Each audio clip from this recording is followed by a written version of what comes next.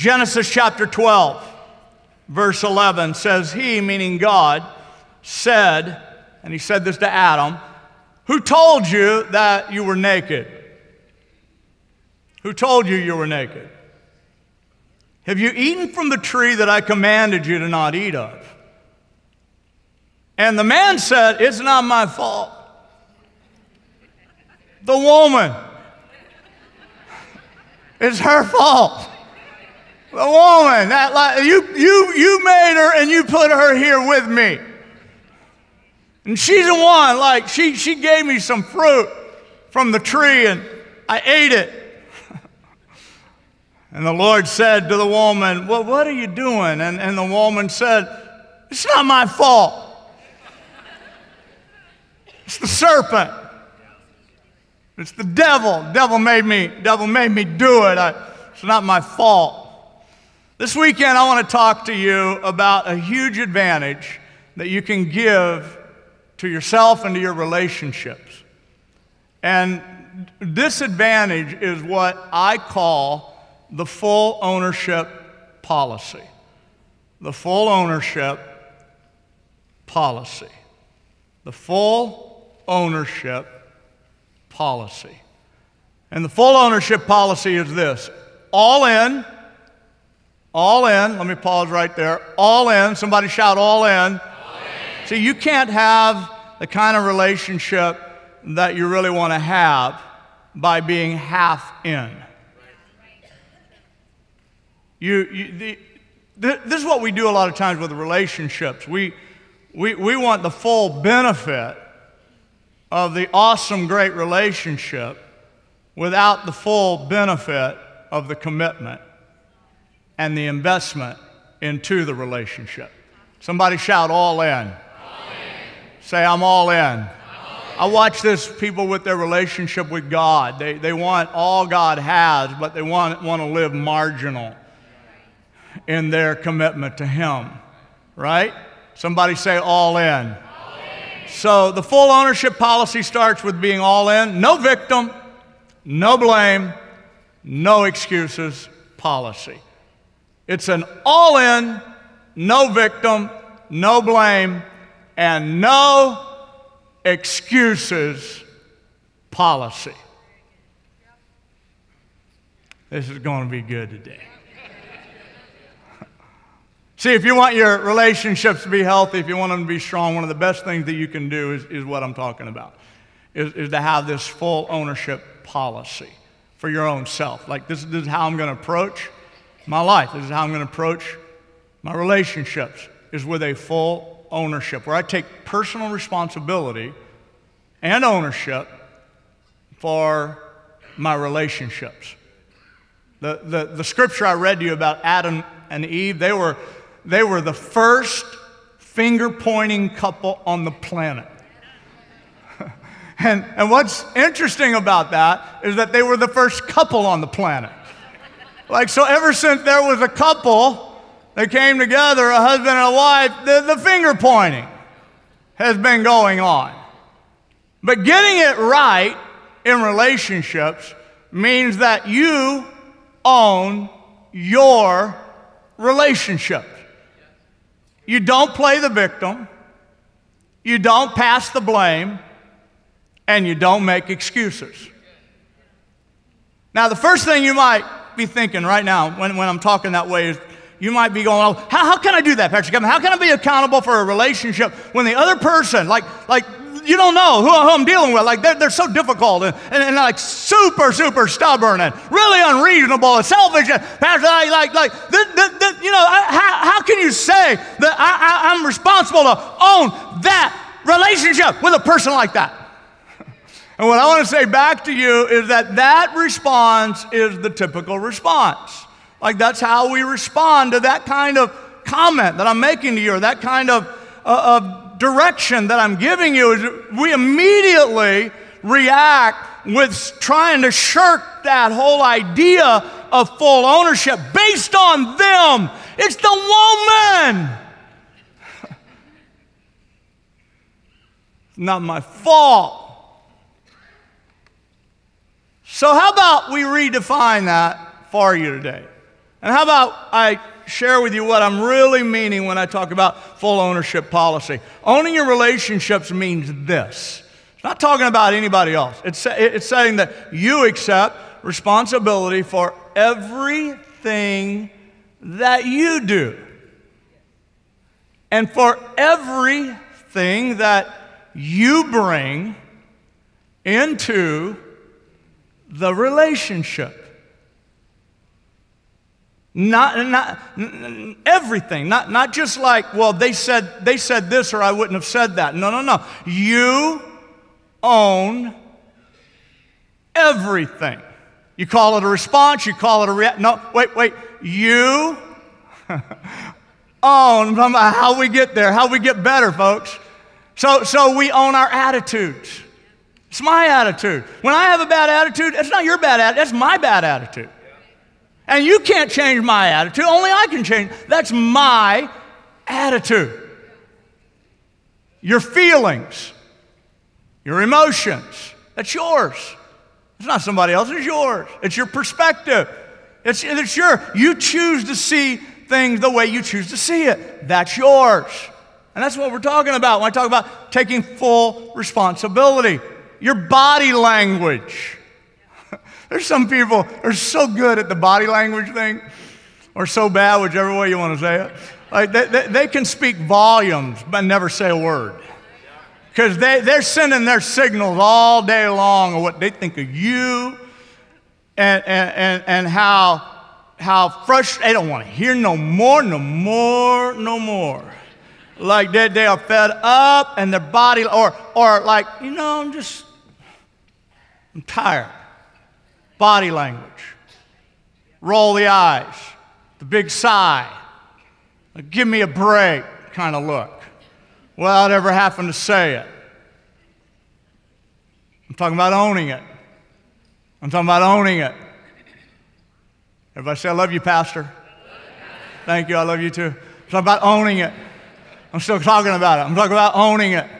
I'm talking about let's own our words. Those are my words. Those are my words. You didn't form those words. You didn't speak them. I spoke them. Those are my words. I'm talking about owning our investment. I'm talking about what we do, the measure of what we do. So rather than playing the victim and passing the blame and making excuses, this is about taking full responsibility to be the best you that you can be. Amen?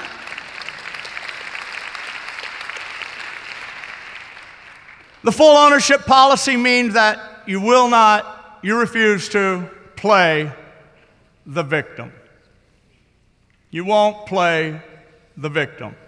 And the victim mentality is the attitude of a person who tends to see themselves as a victim of circumstances, as well as maybe other people's choices, what other people did, other people's behavior, other people's actions.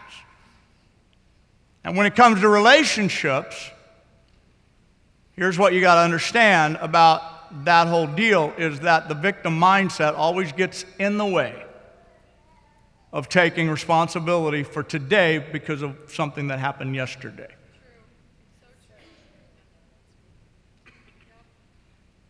We're getting real to get better. If you're here today and you're single again,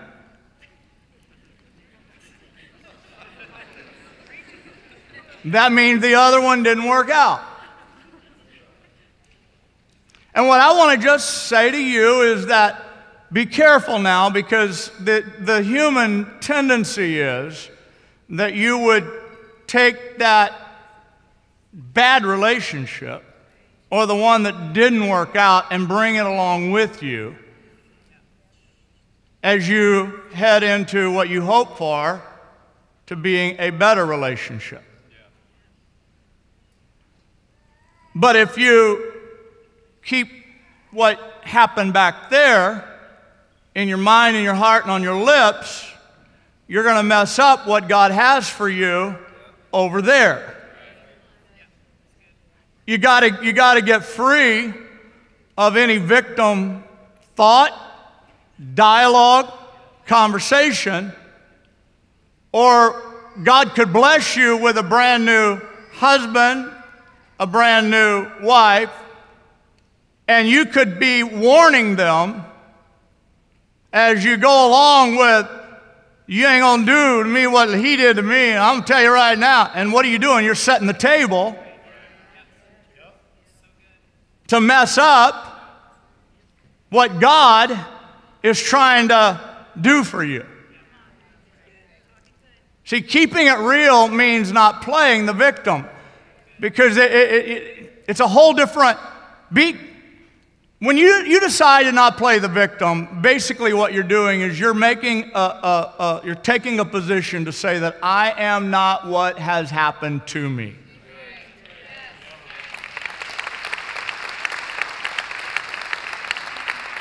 I am what I choose to become. And keeping it real means that I am acknowledging in my life that God is powerful. And that God takes people with bad experiences and He strengthens them. And He helps them. And we don't have to live in the past, not with God. Because we serve a good God, and now I am God's child, which means that not only is He powerful, but I'm powerful. And my future doesn't have to be at the mercy of my past. There's a great story in the Bible about a young man named Joseph who had been sold by his brothers into slavery. And he grew up in Egypt completely separated from his homeland, his family, the father that he loved. He had a bond with his father, and his brothers took all that away from him in an act of envy and jealousy toward him. And he ended up in a foreign land, not being able to be with his own family. And years later, his brothers came looking for help, and God had been with him and promoted him and put him in high positions in the land of Egypt. And I want to show you a verse. I want to show you what he said in Genesis chapter 50 and verse 20. As they stood in front of him, he said, "As for you, you meant evil against me. But God, but God, but God." Somebody didn't care about me, but God. My father left me, my mother abandoned me, but God. God meant it for good, to bring it about that many people would be kept alive as they are today. Now, what I'm trying to show you is that if anybody had a right to sing a sad song, if anybody had a right to play the victim, if anybody had a right to just continually say to people around them, well, you don't know what happened to me, and that's why I'm mad, and that's why I'm angry, and I have a right to be angry. There's an injustice here, and my life's been all messed up because of what somebody chose to do that was beyond my control. If anybody could have talked that way, it was Joseph. But Joseph made a decision that I will not play the victim. I am not going to talk like a victim. I'm not going to think like a victim. I'm going to leave room for God to do something good and something great. Come on, I'm going to leave room for the possibilities that God would have in my future and in my life. And I'm not going to let my victim talk get in the way of all that God would have planned for me. And so, in our relationships, we've got to get it out of our verbiage. A husband or a wife might say, you know, something like, well, I'm just not sure what my husband wants from me. I try to be a good wife, but I come from a dysfunctional family. The men in my family were abusive. I don't trust men. Say that, position yourself in that, and you'll never experience the best of the relationships that God has in mind for you. Is anybody understanding what I'm saying? I'm trying to give you a really pragmatic, practical, everyday conversation that goes on right now. Rather than letting your past decide your future, why not say what was meant to harm me has made me stronger? And I am so glad that I know, come on, that all men are not abusive, and I'm not afraid, and I won't be afraid.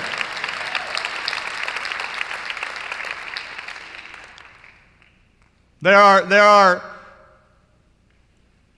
young men who would say, you know, I can't help it, I can't get a good job. I went to a bad school, and in that school, it was just a horrible school, and the teachers weren't good. I had to quit. I only got to the 10th grade after quitting, and I've been trying to do good for myself ever since. But, you know, what do you do on a 10th grade education? Like, you can talk that way, and you can sentence your family to your victim mindset, and your children have to grow up around that. Or you can say, I can go get my education. I got two good hands, I got a good brain, I'm capable, I'm competent, and I'm going to go find a good job, and I'm going to move forward, I'm going to support me and my family. There's a story in the Bible, John chapter 5, and it's the story of a crippled man who was laying by the pool of Bethesda for 38 years. 38. Somebody shout 38 years. 38 years. Say it again, 38 years. 38 years. How many of you know that's a long time? Jesus came by the pool of Bethesda and saw the man laying there. And Jesus, it says, when he saw him stretched out by the pool, he knew how long he had been there. Here's what Jesus said to him. Do you want to get well? Years ago, I noticed this, and I started thinking, that is such an odd question. Like, do you want? Like, I thought, how strange. And I started to theorize, and I'm only theorizing, but I think it's a pretty good theory, okay? That Jesus was actually getting to the heart of why he had been there 38 years. And Jesus wanted to lay it out front and center, basically by saying, like, do you even want to get well? Or have you become attached to your victimization? And have you bought into this is the best life has for you, and so you got to play it? And you got to play it to get sympathy. And people are giving you food every day.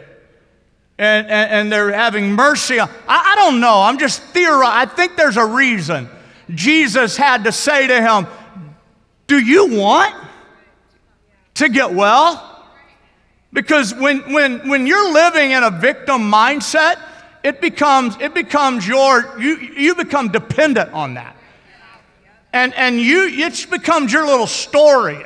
It becomes what you're always bringing it up. And people that have to live with you, and people that have to work with you, if you have a victim verbiage, all the people around us, when we talk like a victim, it's like, oh boy, what do I do with that? Like, it just paralyzes everything. And I think that the theory I have on that's pretty fair, because the Bible says in the next verse that the sick man said back to Jesus, Sir, when the water is stirred, I don't have anybody to put me in the pool. And by the time I get there, somebody else is already in. Like 3 things came out of his mouth really quick.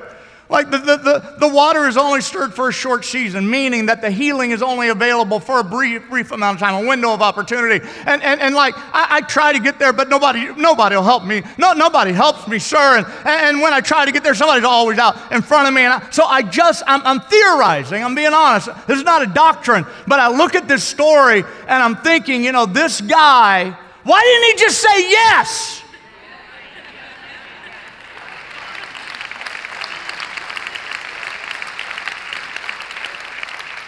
Like, why didn't he just get real? Jesus doesn't need your story. He knows your story.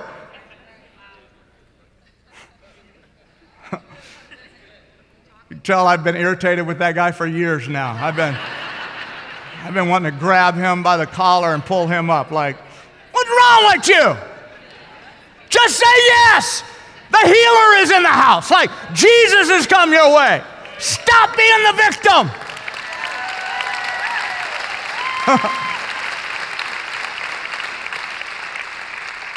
So everybody in the house today, come on, you want something better in your life? Stop using your words and your energy to play the victim and start using your words and energy to lift yourself and to lift your relationship. Hey, I did a series in January. I'm going to be referring to it all year. It's called Scripting and Steering. And what a lot of people do, if we're not careful, is that we go off of the same script, the 38-year-old script. Whenever God wants to do something fresh, and I want to remind you that your tongue is the pen of a ready writer. Just like the psalmist said, I'm waiting to say something new. I want to write a new script. I want to say a new thing. I want to start talking in boldness and with courage. And I hope somebody will start doing that right now in your own life. You will leave the old script behind and you'll start picking up a new script of power, declaring that you are powerful, declaring I can do all things through Christ who strengthens me. Words of ownership, words of confidence. Come on, words of trust. Hey, all of you who are married today, let me just tell you a little something that happens when you play the victim is that you pull back from giving 100%. Now, one of the things that single people do is that we have this theory that, people who really are looking to get and find their spouse for their future, they get in a mindset that I'm just not complete yet, and I'm not really complete, and I'm not really whole. It's kind of scary, actually, because they almost become stalkers sometimes. Like, I'm looking for my other half.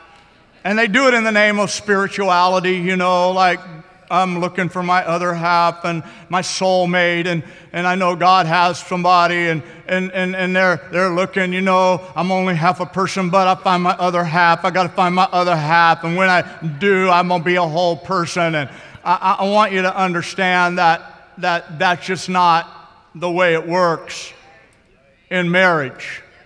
Like, hopefully, before you get married, you get whole. Hopefully, you're not a half a person. Oh, come on.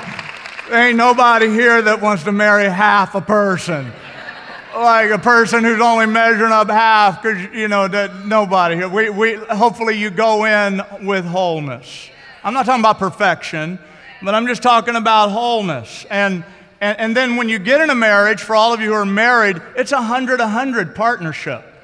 It's 100-100. It's not 50-50, it's 100-100. And all it takes to mess up a good marriage is for one person to stop giving 100%. Like, all it takes is for one person to start being cautious and calculated and, I don't know, and keeping score, and, you didn't make my dinner yesterday, so I ain't going to stop and pick up your coffee today. Like, just keeping score and da-da-da-da, you, me, that, you do that and I'll do that, and you do this and I'll do that. And we get that game thing going. And what I'm encouraging you to understand is that the minute one person, when you start playing the victim or shifting the blame or making excuses, what you actually will do is you will pull away from being 100% all in. And that will undermine your relationship with your spouse. The worst thing you can do is pull back. So when they don't do what you want them to do, don't pull back. When they're not coming through for you like you'd like them to come, you can't control what anybody else does. But don't pull back. Don't play the victim. And then I want to say to some of you, bless your heart, you're living with somebody who's pulling back, and you're trying to make up the ground they're leaving, They're living like 50% in, you know, so you're trying to be 150%. Bless your heart, you can't do that. All you got's 100%. You can try, but you can't be 150. Nobody can make up for your lack of being all in, is what I'm trying to say. And a great marriage comes when two people are all in. All in. All in. All in. No victim, no blame, no excuses. All in. So if you pull back because you're mad at each other, you pull back because you have to have a conversation, you pull back because you're saying, we got to work this out. Okay, have a talk, but don't let the sun go down on your wrath, and get it back together so that both of you can be all in. Am I helping anybody? So does anybody want God's help in our relationship? Because if you do, you can't play the victim. You can't play the victim. The full ownership policy means you won't shift the blame. Okay? And shifting the blame looks like this. When someone projects the blame for relationship difficulties onto their spouse, their partner, or to other people. So that's what that looks like. So blame shifting is very common. Very common. The blaming husband says something like, you know what, I wouldn't get angry if she just wouldn't nag me so much. And I wouldn't lie either if she didn't get so upset when I did.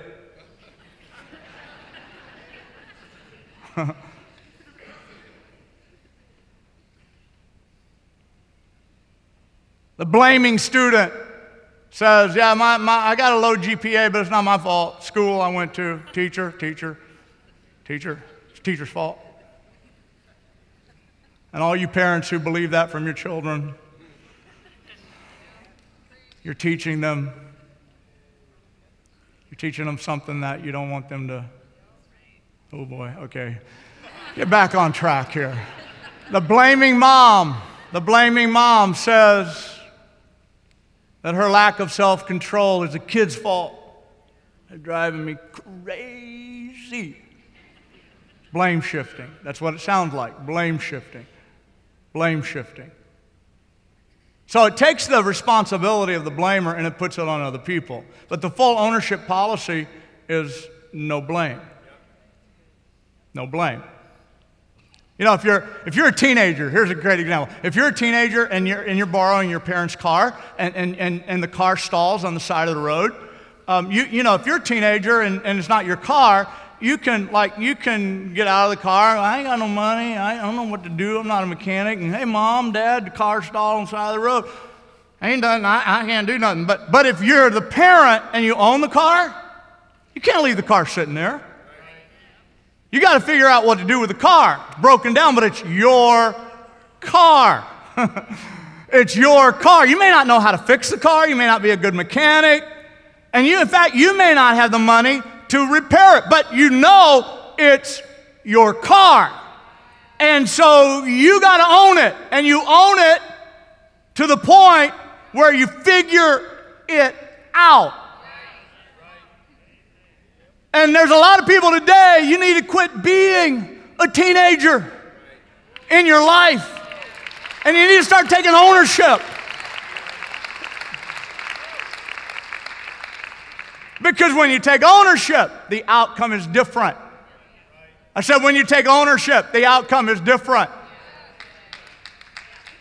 People who don't think like owners are always going to live really calculated, really measured, like, I'm not sure what I can do about that. I don't know. I just don't know if I can do about that. Not my problem, their problem. Not my car, their car. Not my life, their life. Like, that's no ownership. That's no ownership. And when you do that, the problem with that is that you'll always underestimate what it looks like for you to give your best to the people and to the opportunities that God gives you in your life. So you'll always be giving yourself a break. You'll always give yourself a hall pass.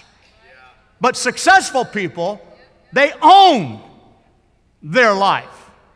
And their pride of ownership doesn't just stop with their personal property. They think like owners. So in their neighborhood, they only own their house, but it's their neighborhood. It's my neighborhood. Don't be messing up my neighborhood. Well, you don't own the whole neighborhood. No, but it's my neighborhood. It's my neighborhood. Don't you be doing that in my neighborhood. Well, you don't live here. Yeah, but it's my neighborhood. My neighborhood. This is what successful people do. At their company they work for, they don't have an attitude, well, like, not my company. I don't really care. No, no, no. They walk in like it is their company. And they treat the client and the customer as if they were the owner. They want to make the best impression they can. Oh, I'm here to help somebody today. Like they take ownership. Ownership. Ownership. And you might say, well, how does all this, what's the difference it makes? It makes a huge difference in the outcome of your life. Because if you don't take ownership, you will do what the Bible calls sowing sparingly into your relationships, into your job. 2 Corinthians 9:6 refers to that. I think we can put it on the screen. It says, whoever sows sparingly will also reap sparingly. Whoever sows generously will also reap generously. And this is an amazing thing that people do, is that we look at people who have big returns on their life, and we look at ourselves, and our return sometimes doesn't measure up to their return, and we're just like, well, I don't know how that could happen. Well, it probably goes back to something like this. People who sow big, reap big. People who invest big have a great harvest. People who measure it, calculate it. I watch people come to Champion Center for 30 years now, and there's two basic kinds of people that approach our church and the relationships of our church and all that we have in our church. One of those people is the person who comes and they're like, man, I love this house. What can I do? This is a place for me. God brought me here. How can I help? I want to serve. I'm going to get my kids here every week. I want them to grow up in the house of God. Like, we're not going to be halfway in. We are all in. We are invested. Tell me how I can help. I want to go to Growth Track. I want to get on a team, whatever I need to do. Like, I'm all in. And then there's the other kind of person who comes to church and they kind of measure it out, and they kind of like real calculated about it, and they're thinking about the boat they have and how they want to spend weekends over there, and they're thinking about wanting to go out of town, and they're thinking about all that, and they just measure it all out, and they kind of calculate everything, and they got the kids' games, and they got all this other stuff going on, so they really, really kind of want to overcommit myself. I don't want to say I'm going to do something and then not do it, so it's just better like for me not be, I'm just there when I can be there. Okay, I'm being a little ornery right now as a pastor. I'm being a little ornery. But here's what I want to tell you. Here's what I want to tell you is that it's amazing how different the outcome is in these two different families. And I could go on and on and on and on and on and give you examples of people who live guarded and calculated and measured versus those who lived all in, fully invested. See, life is not, a lot of people are like, I only have so much, Pastor. It's like a pie. You know, Pastor? My life is like a pie. So I got my slice at work, and I got my slice at church, and I got my slice at home, and then I got my slice for my, my recreation and all that. I got my little slices, Pastor. But life is not a pie. Life is a river. It's an abundant, ongoing, never-ending source of energy and strength. And you cheat yourself out whenever you invest sparingly. But you'll do this if you see yourself in a way that's less than being fully capable and fully competent and fully responsible and fully able. Like you don't give a slice to your family. Give them the whole pie. Like, give them all of you. Well, I can't do that if I'm getting. Yes, you can. Quit being so compartmentalized, and you can. And you know what? You can go to work, and you can also give your best at work. And people, if you have a husband or wife right now who's working really hard and they have a career and a job that has high demands on them, please don't complain. Please don't gripe. Not unless you really don't want them to work anymore. But if you want them to have that job and you want them to have the income that they have and all that, cheer them on, please. Let them go. Let them get out of the house early and let them do what their hands find to do and do it with all of their heart. Like do it. Like give them that freedom. Don't complain. And see, you can live your life in all the different areas in a way that is passionate, that is holistic, that is full on, that is unguarded. And I promise you, your boss will treat you differently. When you walk in and you say, hey, how can I serve? How can I help?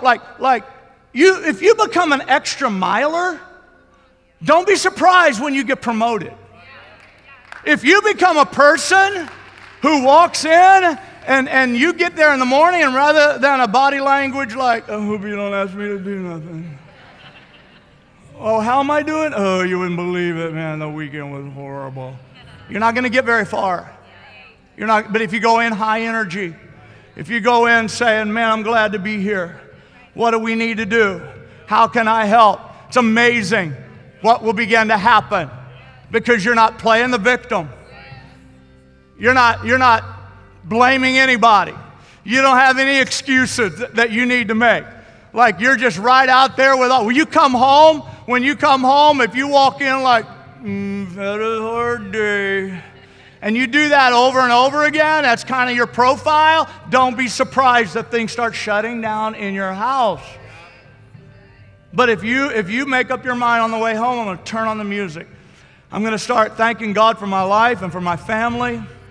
Like, I can't wait. I can't wait. This happened to me. Like, I was international traveling, and I got home and had jet lag and all that, but I have these two amazing grandsons, and they wanted to come see me, and I'm like, man, bring them over. And about 20 minutes in, I'm looking at my little 2-year-old singing the reckless love of God like a wild man, and I'm going, God, thank you for my life. Thank you for my family. Thank you, God, that it's full and it's complete.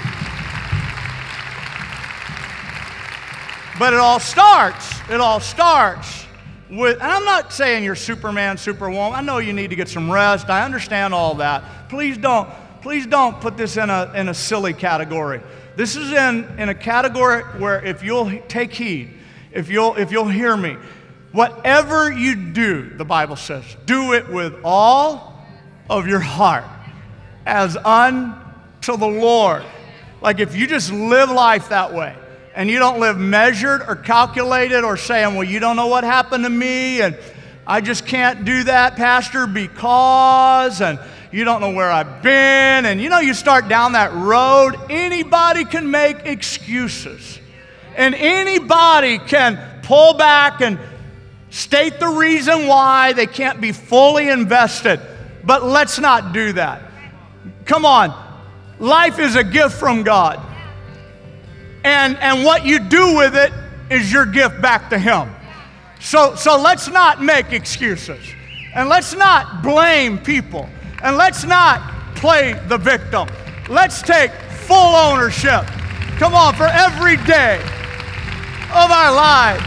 And let's give it everything we have as unto the Lord. Come on, I want to be the best husband. I want to be the best father. I want to be the best mother. I want to be the best wife. I want to be the best Christian. Oh, my heart, amen?